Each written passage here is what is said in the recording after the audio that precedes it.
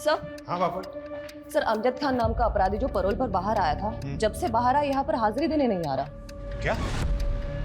कितने दिन से गायब है अमजद? सर, 15 दिन पहले वो परोल पर बाहर आया था। उस बीच उसकी बीवी का जन्मदिन था और पिछले 15 दिन से ही वो गायब है। फाइल लेके आओ उसकी।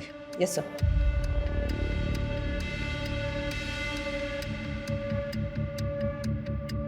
ओह माय गॉड, ये अमजद एक ड्रग एडिक्ट है। 10 साल पहले इसने ड्रग्स के नशे में अपने ही 2 बच्चों को गला घोटकर बेरहमी से मार दिया था। उसी की सजा ये जेल में काट रहा है। इसकी पहली बीवी इसको कब का छोड़ के जा चुकी है। जिसके जन्मदिन की बात तुम कर रही हो, ये उसकी दूसरी बीवी है। Right sir. बापट, इस अमजद के बारे में इंफॉर्मेशन इतनी लेट क्यों दी? क्यों लोगों की जान खतरे में डाली? अब तक क्यों कोई एक्शन नहीं लिया? सर, हमने उसके वाइफ तारा के पास एक कांस्टेबल को भेजा है पता करने के लिए कि अमजद खान कहाँ है और क्यों। Sorry sir. हेलो, क्या?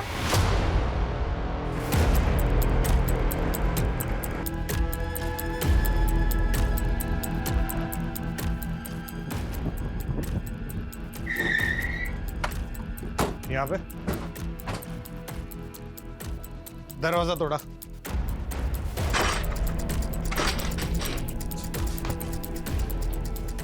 सर्च करो पूरा घर पाटिल, और ये खिड़की खोलो।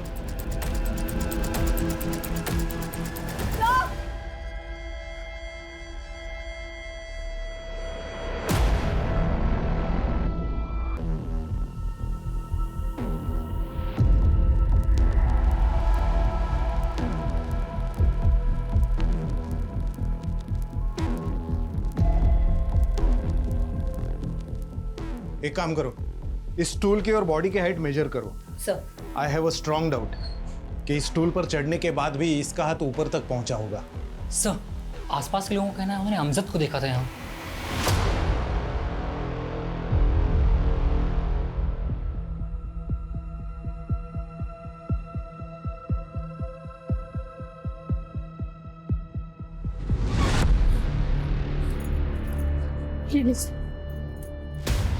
तारा, तारा उठना, तारा उठ, तारा उठ, तारा। क्या वजह हो सकती है आपके बहन के आत्महत्या की? ये आत्महत्या नहीं है, मर्डर है। उसने मारा है मेरी तारा को। मैं तारा को कितना समझाती थी कि उस क्रिमिनल से शादी मत कर, लेकिन उसने मेरी एक भी नहीं मानी। और ये सब आखिरी बार कब बात हुई थी आपकी आपकी बहन से? तारा, उसने अपने खुद के 2 मासूम बच्चों का कत्ल किया है। तुम्हें वो क्या ही अहमियत देगा? तुम्हें इतनी सी बात समझ नहीं आ रही है कि 2 साल बाद बेल पर बाहर आने पर उसने तुमसे निकाह कर लिया, और इतने सालों में उसने तुम्हें दिया ही क्या है सिवाय तकलीफ के? हर बार आप इसी बात का मुद्दा क्यों बना लेती है? होगा दुनिया के लिए मुजरिम, मेरे लिए वो मेरा शौहर है और मैं उससे बहुत प्यार करती हूँ। इस प्यार के भूत को ना सर से उतार दो। इस 7 साल की शादी में वो सिर्फ 2 महीने तुम्हारा शौहर बन के रहा है। वो सिर्फ कातिल है, कातिल। और इस बात का इंतजार मत करना कि वो एक दिन तुम्हारी भी जान ले ले। वो अभी पैरोल पर बाहर आया है, लेकिन कितना वक्त दिया उसने तुम्हें? दिन रात सिर्फ नशे में धुत रहता है वो।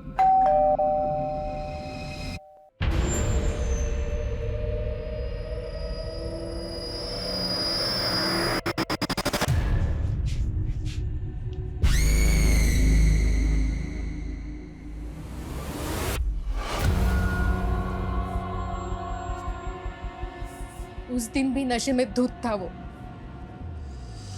1 नंबर का एहसान फरामोश आदमी है वो। मेरी तारा ने क्या कुछ नहीं किया उसके लिए, फिर भी उसे मारता रहा, पीटता रहा, कभी रुका ही नहीं। बापट, हमारी मुश्किलें बढ़ने वाली है। कोर्ट हमसे सवाल करेगा। ये अमजद एक हार्ड एंडेड क्रिमिनल है।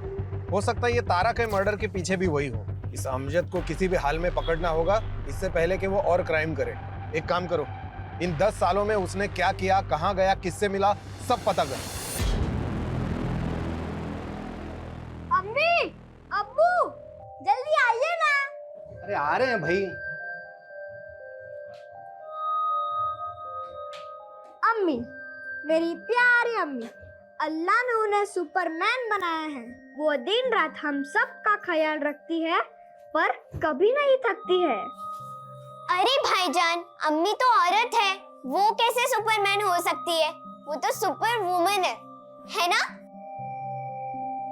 तौफीक मियां, लिखा आपने बहुत खूब है, लेकिन एक बात बताइए, सब कुछ आपने अम्मी के लिए लिख दिया, अपने अब्बू के लिए कुछ नहीं? हाँ मियां, एक दो तारीफ के लफ्ज हमारे लिए भी कह देते। नहीं नहीं अब्बू, भाईजान नहीं, मैं आपके लिए लिखूंगी, वो भी ढेर सारा और अच्छा अच्छा। अभी तुम लोगों का मुशायरा खत्म हो गया हो तो चले? देर हो रही है, तुम्हें स्कूल के लिए और मुझे काम पे भी जाना है। अच्छा, टिफिन दोनों का बैग में रख दिया है, बाहर का कोई कचरा नहीं खाओगे, ठीक है? यही खाना है। ठीक है अम्मी। ठीक है अम्मी। देखो भाई, अगर तुम दोनों ने अपनी अम्मी की बात मानी तो आज शाम को मैं तुम दोनों को तुम्हारी फेवरेट भेल खिला सकता हूँ। आओ। अरे जल्दी आ, चलो चलो चलो, बाय।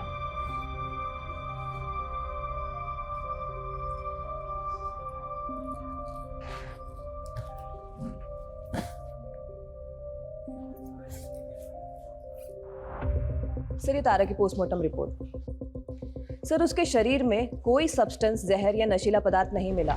उसकी मौत गले की हड्डी टूटने से ही हुई है, लेकिन उसके गले पर उंगलियों के मार्क्स मिले। और स्टूल की हाइट? सर, स्टूल की हाइट और तारा की हाइट के अकॉर्डिंग फांसी का फंदा लगाकर लटकना नामुमकिन तो नहीं, लेकिन मुश्किल जरूर रहा होगा। मतलब पॉसिबल है तारा को पहले गला दबाकर मार दिया गया।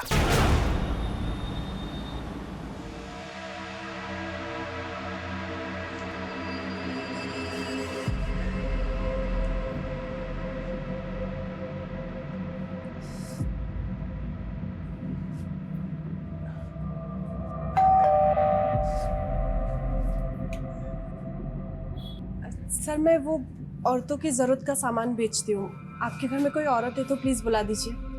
हाँ है, मेरी बीवी है ना, सुनीता।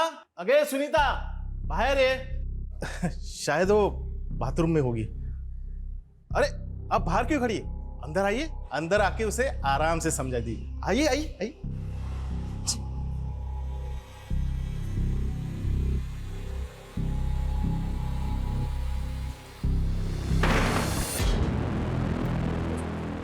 सर, वो आपकी वाइफ को बुला दीजिए।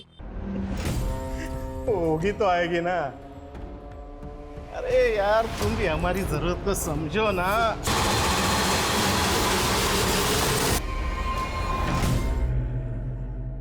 ले चाय भी। पुलिस को कॉल करें, 1 मिनट में साले की अकल ठिकाने आ जाएगी। नहीं नहीं, इससे बात घर तक चली जाएगी, सबा को पता चल जाएगा। अच्छा ये ना उन्हें पता चल जाए कि उनकी बीवी किन हालातों में काम करती है। कम से कम काम तो ढूंढेंगे जल्द से जल्द। काम तो वो ढूंढ ही रहे हैं, लेकिन उन्हें ये बात पता चलेगी ना तो मुझे भी घर बैठा देंगे। बच्चों की पढ़ाई, घर का खर्चा, ये सब कैसे चलेगा? मेरे बच्चों को अच्छे से अच्छी पढ़ाई मिले ताकि वो आगे जाके कुछ बन जाए। इसके लिए मुझे जो बर्दाश्त करना पड़ेगा ना, मैं कर लूंगी।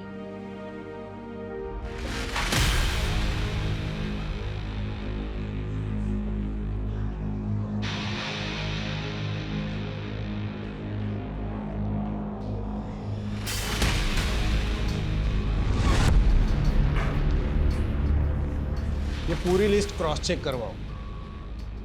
अरे पवार साहब, नमस्कार, बसा ना। सॉरी आपको इतने शॉर्ट नोटिस पे बुलाया। Thank you so much for coming. ये केस तो मुझे बिल्कुल अभी भी वैसे की वैसे याद है। 10 साल पहले मैं ही माइनर बच्चों के डबल मर्डर केस का इन्वेस्टिगेशन ऑफिसर था। मुझे कॉल आया कि मेरे एरिया में मास मर्डर हुआ है।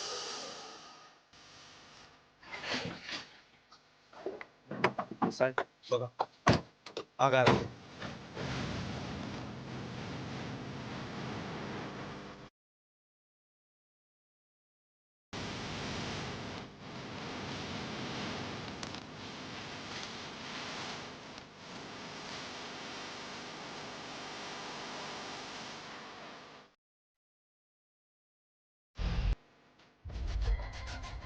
कौन है?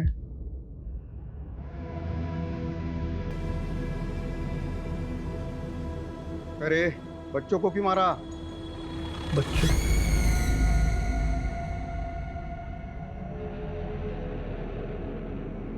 सलमान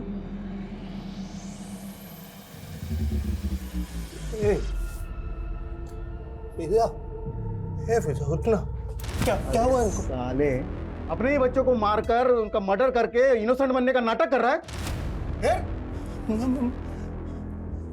मैंने ये क्या किया? मैंने अपने दोनों बच्चों को मार दिया। ड्रामेबाज।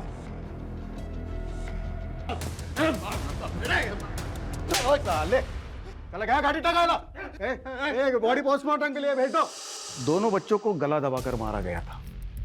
फॉरेंसिक में तो बिल्कुल क्लियर था कि पूरे घर में बच्चे और अमजद के ही फिंगरप्रिंट्स थे और उसके ब्लड में भी बहुत ही हाई लेवल के ड्रग्स थे। जब उसको गिरफ्तार किया तब वो तो नशे में धूत था और जब बच्चों का अंतिम संस्कार हुआ तब वो कस्टडी में था और उसने डिमांड तक नहीं की वहां जाने की।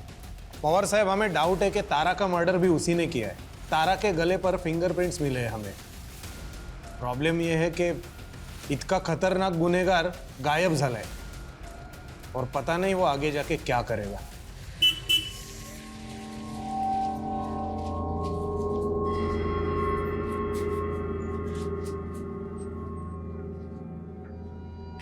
कहाँ थी? कब से फोन कर रहा हूँ, फोन ही नहीं उठा रही हो यार।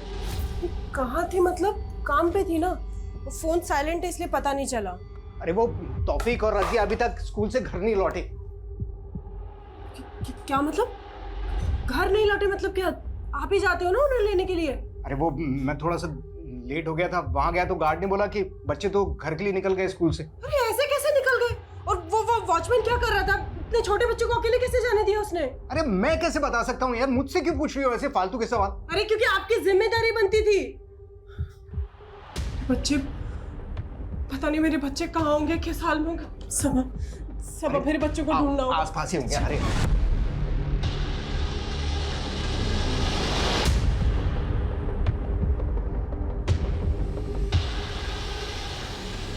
ठीक है सर, मैं फाइल भिजवाता हूँ अभी। जाए बैठिए। सर ये तौफीक और रजिया हमारे बच्चे हैं सर। सर ये अभी तक स्कूल से घर नहीं लौटे। नहीं लौटे मतलब?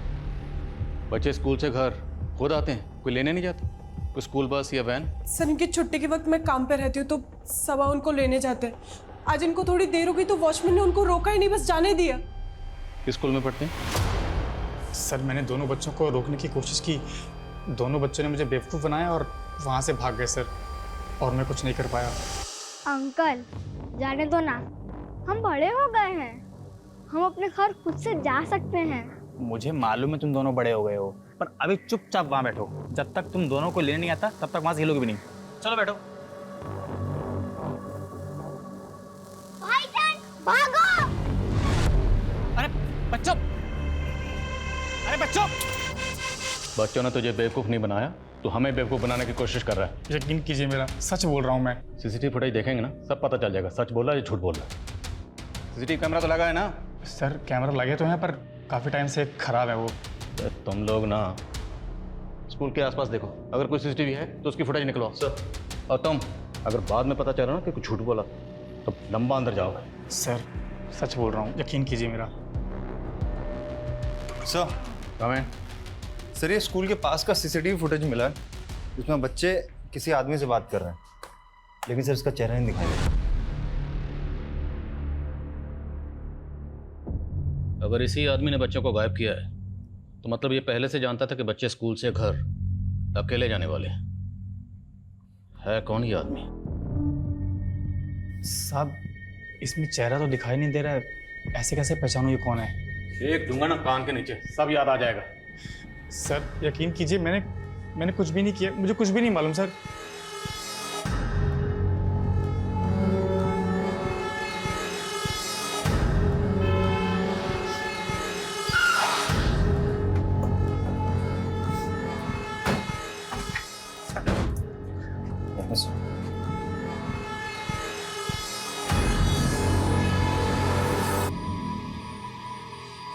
ये कौन है ये आदमी? सब ये आदमी कौन है? ये कहाँ लेके जा रहे हैं मेरे बच्चों को? बेफिक्र रहिए, हम जल्द पता लगा लेंगे आदमी कौन है और आपके बच्चों को लेकर कहाँ गया। अरे सब कुछ अकेले करती हूँ मैं, आपका, बच्चों का, घर का, सबका। इतनी जिल्लत बर्दाश्त करके 4 पैसे कमा के लाती हूँ कि गुजारा हो सके हमारा। सबके बदले में आपको सिर्फ एक काम सौंपा था, बच्चों को स्कूल से लेकर आने का। वो भी नहीं कर पाए आप, इतना सा काम नहीं कर पाए आप। पता नहीं मेरे बच्चे कहाँ होंगे, कौन लेकर गया होगा। अब हो गई गलती, कैसे ठीक करूं इस गलती को?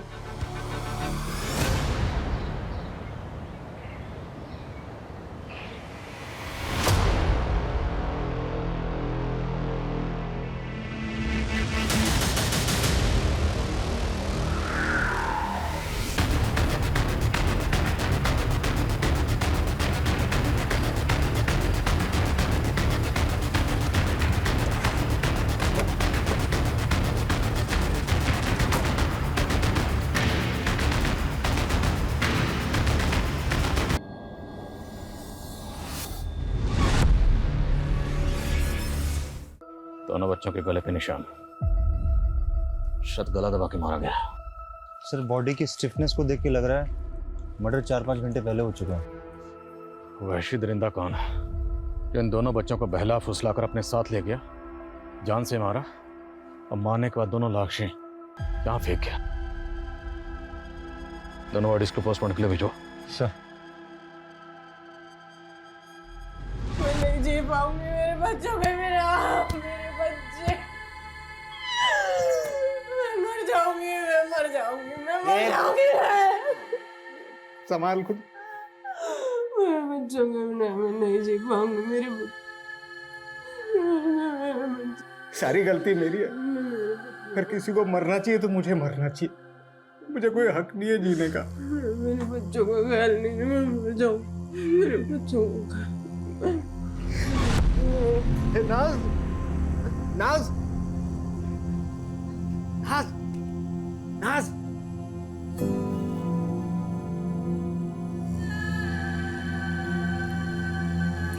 नाज, नाज।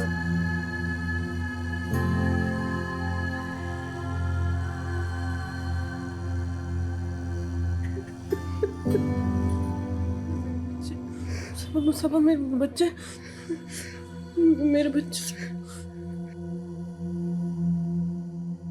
वाघमारे, उन दोनों के कॉल डिटेल्स मुझे आज के आज मिल जाने चाहिए। सर, हाँ सर अमजद के बारे में पता चला है कि उसका सिर्फ एक ही दोस्त है, मलिक, जो 6 साल से उसके साथ जेल में था। दोनों एक ही बैरक में थे और वहीं पे दोनों की दोस्ती हुई।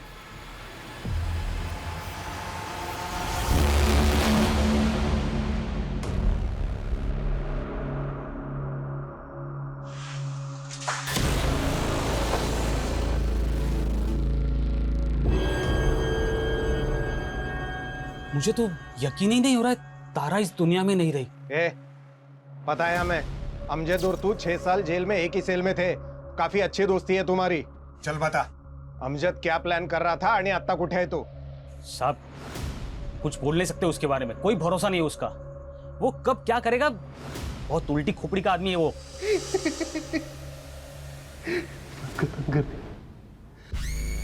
सब खत्म कर दूंगा, सब तबाह कर दूंगा। अमजद होश में आ। अरे अपने 2 बच्चों को तो मार चुका है, और किसको खत्म करेगा, किसको तबाह करेगा तू? और हाँ, मैंने अपने दोनों बच्चों को मार दिया। अब क्या करूं? किसको मारूं? हाँ? खुद को मार दो। अमजद क्या कर रहा है अमजद? मलिक, बच्चों की बहुत याद आती है यार। पता नहीं कब और कैसे इतना नशा कर लिया कि अपने बच्चों को ही मार दिया। अब क्या करूं बोल, किसके लिए जीऊं मैं? अमजद मेरे भाई, भूल जा अपने गुजरे हुए कल को। आज मैं जी भाई, आज मैं जी। अरे इतनी प्यारी बीवी मिली है तुझे तारा, जो सब कुछ जानते हुए भी तुझसे इतनी मोहब्बत करती है। अमजद तुझे उसके लिए जीना होगा। हाँ तारा, तारा मुझे प्यार कर, बहुत प्यार करती हो। मुझे तो यकीन ही नहीं हो रहा कि उसने तारा को मार दिया।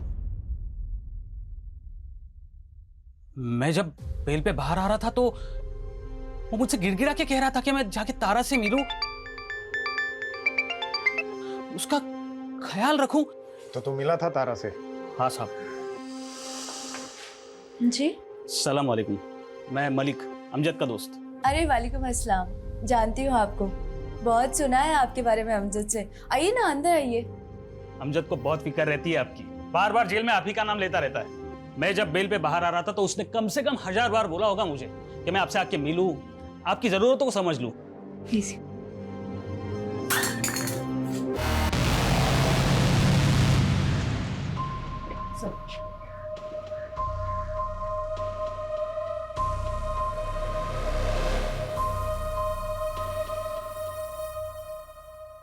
मलिक, ये अमजद जब पैरोल पर बाहर आया था तो दोस्ती का फर्ज निभाने तू मिला भी था ना उसे। झगड़ा हुआ था तुम्हारा, और वो भी उसी रात जिस रात उसने तारा का मर्डर किया था। और मैं पूछ नहीं रहा हूँ, बता रहा हूँ, इसलिए बिना टाइम वेस्ट किए जो कुछ भी हुआ था बता दे। बोल लौकर।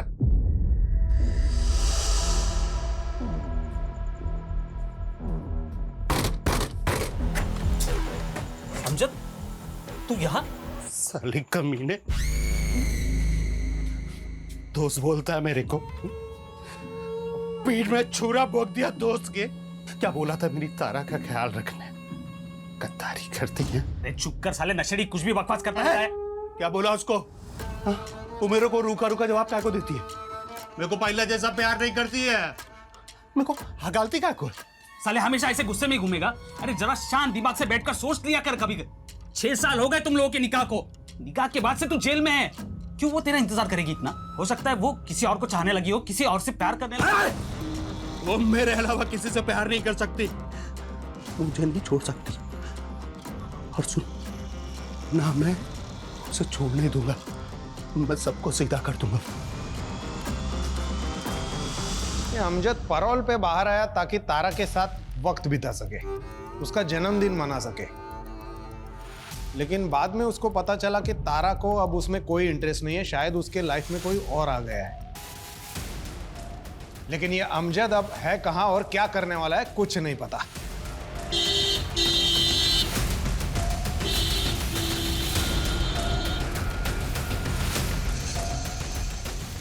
आप ऐसे अंदर नहीं जा सकते। क्या लगा रखा है आपने? हैं?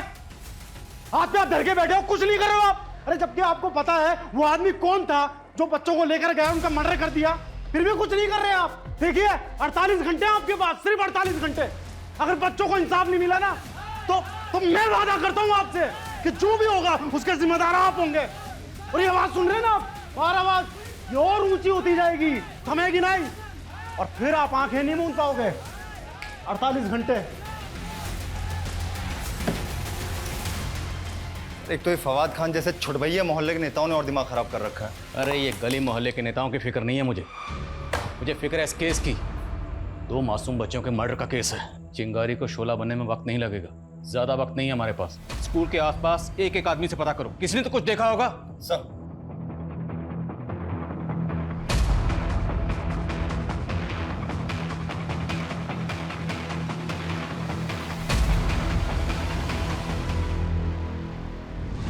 साहब, मैं देखा उस आदमी को, बनता सा लग रहा था, बड़ी दाढ़ी थी। स्केच बनवा सकते हो? हाँ, बनवा सकता हूँ।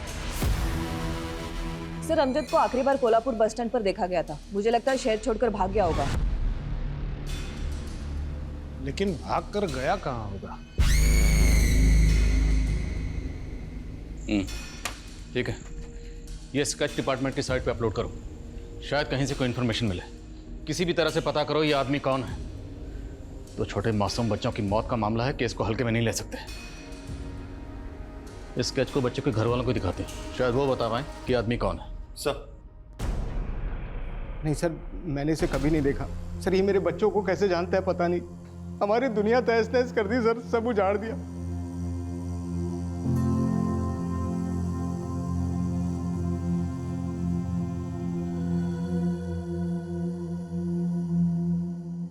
ये लो, ये स्केच मोहल्ले का इंसान के हाथ में होना चाहिए। है ना, सब कुछ अकल याद करा दो इसकी।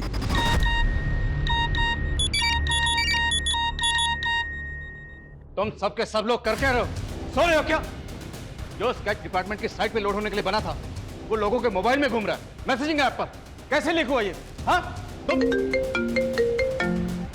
Hello, what? Please thank you sir. जिस आदमी को आप ढूंढ रहे हो उसका नाम अमजद खान है। 10 साल पहले उसने अपने 2 बच्चों को बेरहमी से मार दिया था, उसी की सजा काट रहा था। सर 15 दिन पहले पैरोल पर बाहर निकला, अपनी बीवी तारा का मर्डर किया और फरार हो गया। तारा मर्डर केस में? जी सर, ये लीजिए।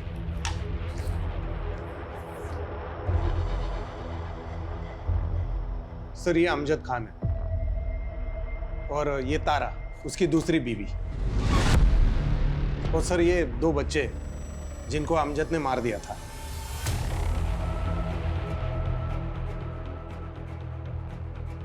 सर ये नुसरत है, अमजद की पहली बीवी। तो नाज़नीन? नाज़नीन? नहीं सर, ये नुसरत है, नुसरत आजमी, अमजद की पहली बीवी। जिन 2 बच्चों के अमजद ने मर्डर किए वो इसी से थे। नो नो नो, जिन 2 बच्चों के मर्डर में हम अमजद को ढूंढ रहे हैं ये उन 2 बच्चों की माँ है, नाज़नीन। सर हमारे इन्वेस्टिगेशन में हमें पता चला कि अमजद अपने पहली पत्नी को बहुत मारता पीटता था। उन 2 बच्चों का मर्डर करने से कुछ दिन पहले उसने इसको बहुत मारा पीटा था और घर से बाहर निकाल दिया था, फिर बाद में बच्चों का मर्डर किया। मतलब ये नाज़नीन पहले नुसरत थी, तो सबा से पहले ये अमजद की बीवी थी। सबा मेरे पास अब ज्यादा वक्त नहीं बचा है। मेरे बच्चे मुझे अपने पास बुला रहे। मेरा तौफीक, मेरी रसिया अपनी अम्मी को अपने पास बुला रहे। सबा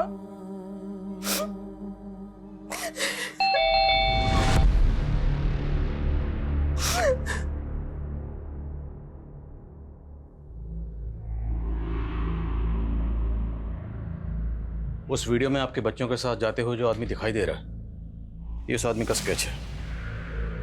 आप पहचानती हैं इसे? सर ये तो अमजद है, इसने मेरे बच्चों का कत्ल किया है। सबा इसने फिर से मेरी गोद छूनी कर दी। ये शैतान मेरी जिंदगी से क्यों नहीं जाता? सबा क्यों नहीं जाता? अरे शर्म नहीं आई तुझे? शर्म नहीं आई तुझे? अरे इंसानियत तो वैसे दरिंदा अपनी औलाद को खा के तुझे शर्म नहीं आएगा? तुझे अगर फांसी भी हो जाएगी ना तो भी मुझे सुकून नहीं मिलेगा। इस दुनिया में नहीं, उस दुनिया में तेरे को सजा मिलेगी। प्लीज शांत हो जाइए। गाड़ी टाका।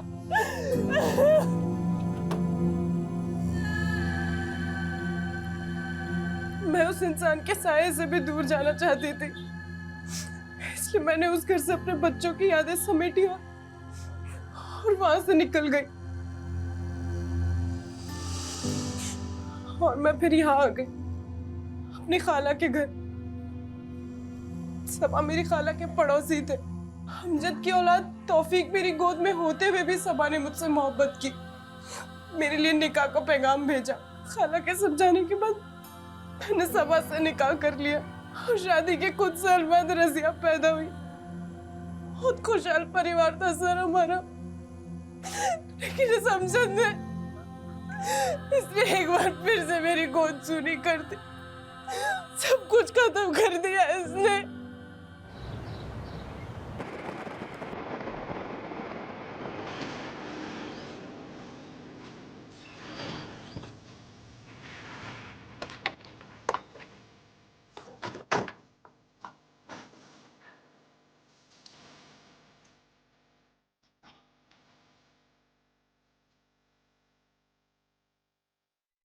सुनिए। जी साहब। इस घर में अमजद रहता था, आप जानती हैं उसे? जी साहब, वो खौफनाक मंजर याद है मुझे, मैं यही थी। कौन है? सर अमजद खान है सर, ये बच्चों का बाप है सर, बहुत बड़ा नशेड़ी है ये। आज भी दहशत होती है उस वक्त को याद करके। दिन रात अपनी पत्नी नुसरत को मारते रहते थे वो। अमजद भाई मत मारिए इसे। गुस्से में उन्हें इस बात का इल्म भी नहीं होता था कि वो बेचारी पेट से थी। कभी कभी तो डर लगता था कि पिटते पिटते कहीं मर ना जाए। मैंने नुसरत को सलाह भी दी थी कि अमजद भाईजान को तुम दिखवाओ। दिखवाओ मतलब कहाँ दिखाओ? उस समय एक पीर का बहुत नाम था। कुछ 8-9 साल पहले इस इलाके में उन्हीं का जादू छाया हुआ था। तो ये क्या नई कहानी है? कहानी नहीं है साहब, सच है। सब उसे फरिश्ता कहा करते थे। वो फरिश्ता मर्दों की मुसीबत हल करने के लिए दवा करता था। मेरे शौहर भी उन्हीं के मुरीद थे। मैं भी एक बार अपने शौहर के साथ उस जगह गई थी। साहब, हम अपनी परेशानी एक पर्ची पर लिखकर उस बूढ़े आदमी को देते थे और वो अंदर जाकर फरिश्ते को वो पर्ची देता था। फरिश्ता उस परेशानी का हल जवाब के तौर पर पर्ची पर ही लिख कर देता था, मगर कभी हमारे सामने नहीं आता था। वो बूढ़ा कहाँ है जो पर्ची लिखकर अंदर देता था? वो बूढ़ा साहब, वो तो कब का मर चुका है। आप भी तो गई थी ना उस फरिश्ते से मिलने, तो आपने देखा होगा, कुछ तो याद होगा आपको। नहीं साहब। और आपके शौहर, उनको लेकर गई थी ना आप वहाँ पे, उन्होंने देखा होगा, उनको कुछ याद होगा। नामुमकिन है साहब, और अगर मुमकिन है भी तो वो इस हालत में नहीं है कि आपको कुछ बता पाए। हैं कहाँ आपके शौहर? साहब, दारू की लत लगी है उन्हें। 24 घंटे नशे में रहते हैं वो। नमस्कार। हेलो, कुछ पूछना है आपसे। 10 साल पहले आप जिस फरिश्ते के यहाँ जाते थे, उसका नाम या शक्ल या कुछ भी याद है? मैं अकेला थोड़ी जाता था, सब लोग जाते थे। तुम भी तो जाते थे उधर। दिमाग खराब है तुम्हारा? ज़्यादा पी लिया है क्या? दिमाग भी मेरा ठीक है और याददाश्त भी ठीक है। मैंने बहुत देखा है वो फरिश्ते के वहाँ चक्कर काटते, बहुत देखा है तुम लोगों को मैंने। तुम लोग मतलब वर्दी वाले, पुलिस वाले? सब पुलिस वाले जाते थे उधर, देखा है। नाम क्या है उस पुलिस वाले का? नाम मुझे याद नहीं है। अगर वो आदमी सच बोल रहा है तो मतलब शर्म आनी चाहिए। एक पुलिस वाला एक ढोंगी के यहाँ चक्कर काट रहा था। वो ना खुद सिर्फ उस बात को मान रहा था, बल्कि अंधविश्वास को बढ़ावा भी दे रहा था। गवाह है हमारे पास, चश्मदीद गवाह, जिसने कई बार आपको वो आपके फरिश्ते के यहाँ चक्कर काटते हुए देखा। और हमें यह भी पता है कि अमजद के बच्चों के मर्डर केस की तहकीकात आप ही कर रहे थे। वहाँ जाना, किसी को फॉलो करना, ये कोई क्राइम तो नहीं है? कोई क्राइम नहीं है। लानत, लानत है। लानत समझते हैं? एक पढ़ा लिखा पुलिस वाला अंधविश्वास में यकीन करता है। और दूसरी बात, आपका वो जो फरिश्ता है ना, उसका पूरा कच्चा चिट्ठा हमारे पास है। डिपार्टमेंट के आदमी हो, इसलिए इतनी उम्मीद तो कर सकता हूं कि कोऑपरेट करोगे। करेंगे ना कोऑपरेट? सुनिए, पहले पूरी बात सुनिए। अमजद के बच्चों की तहकीकात करते वक्त कहीं वो उस फरिश्ते की श्रद्धा तो आड़े में नहीं आ रही थी ना आपके? ये बघा तावड़े साहब, मैं एक जिम्मेदार और बेदाग ऑफिसर हूँ, और मैंने वही रिपोर्ट किया जो मैंने क्राइम सीन पर देखा। और मेरी जगह पर और कोई भी ऑफिसर होता तो वो भी वही कंक्लूड करता। लेकिन असली कंक्लूजन अभी बाकी है और वो हम निकालेंगे।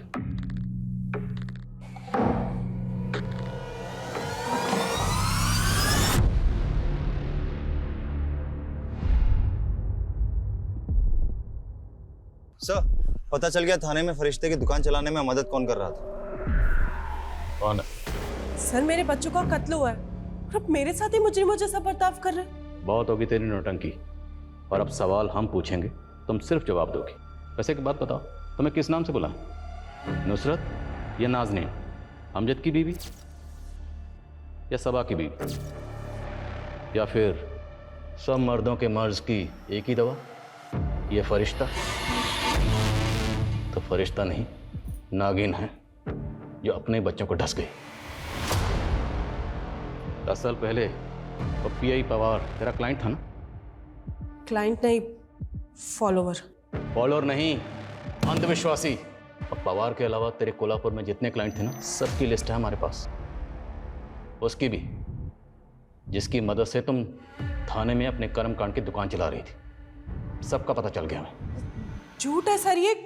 किसकी बात कर रहे हैं आप? मैं नहीं जानती किसी को।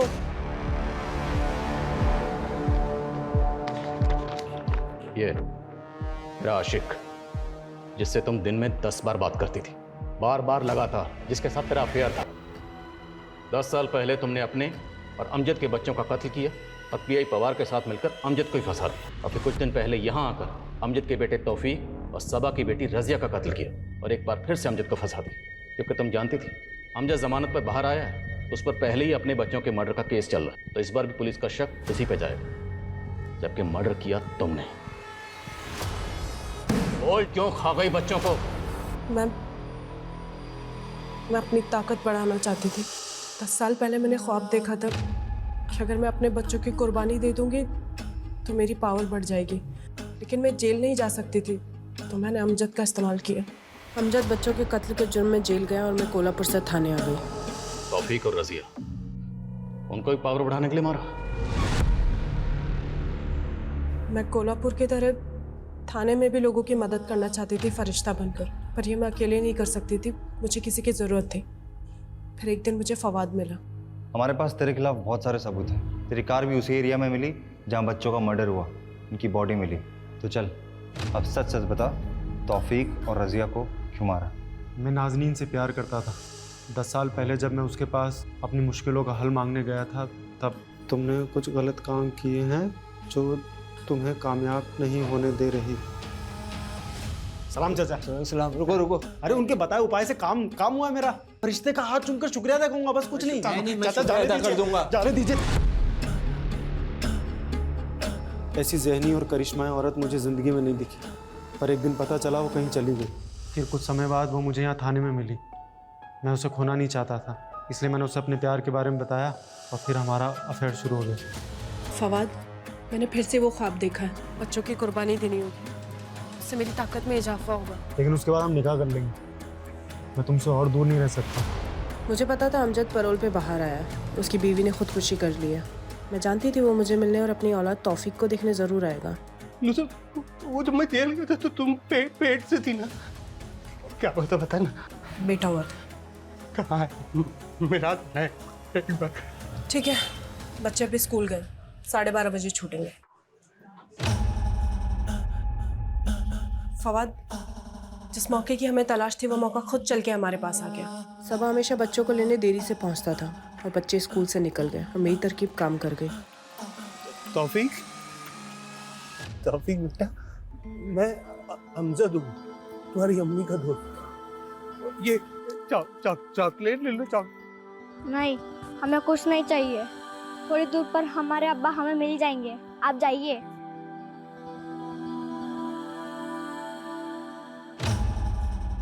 तुम लोग यहाँ कहाँ घूम रहे हो? तुम्हारी अम्मी तुम्हें कब से ढूंढ रही है, परेशान हो रही है। आओ मैं तुम्हें छोड़ देता हूँ, चलो। कैसी माँ है तू? दरअसल तुझे माँ कहना माँ लफ्ज की तौहीन है।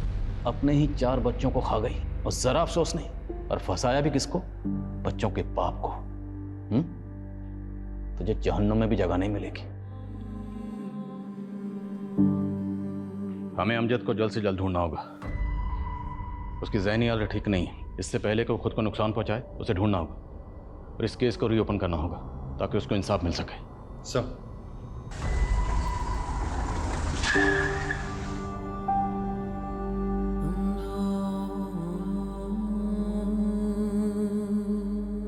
अमजद सच बोल रहा था। उसने गुस्से में तारा की गर्दन पकड़ी जरूर थी, पर उसने तारा को मारा नहीं था। तारा ने खुदकुशी की थी। एक अंधविश्वासी औरत ने अमजद जैसे बेगुनाह इंसान को एक बार नहीं बल्कि 2 बार झूठे जुर्म में फंसाने की कोशिश की। हालांकि पहली बार सच को सामने आने में इतना ज्यादा वक्त लग गया, जिसके चलते अमजद की जहनी हालत पूरी तरह से बिगड़ चुकी। पर अब केस रीओपन हुआ और हम पूरी कोशिश करेंगे कि अमजद को इंसाफ मिले। इस स्पेशल सीरीज में हम ऐसी ही कई और हैरत अंगेज और दिल दहला देने वाली कहानियां लेकर आते रहेंगे, जो कल्पना से भयानक सच और सबक दोनों हमारे सामने रखेंगे। जय हिंद।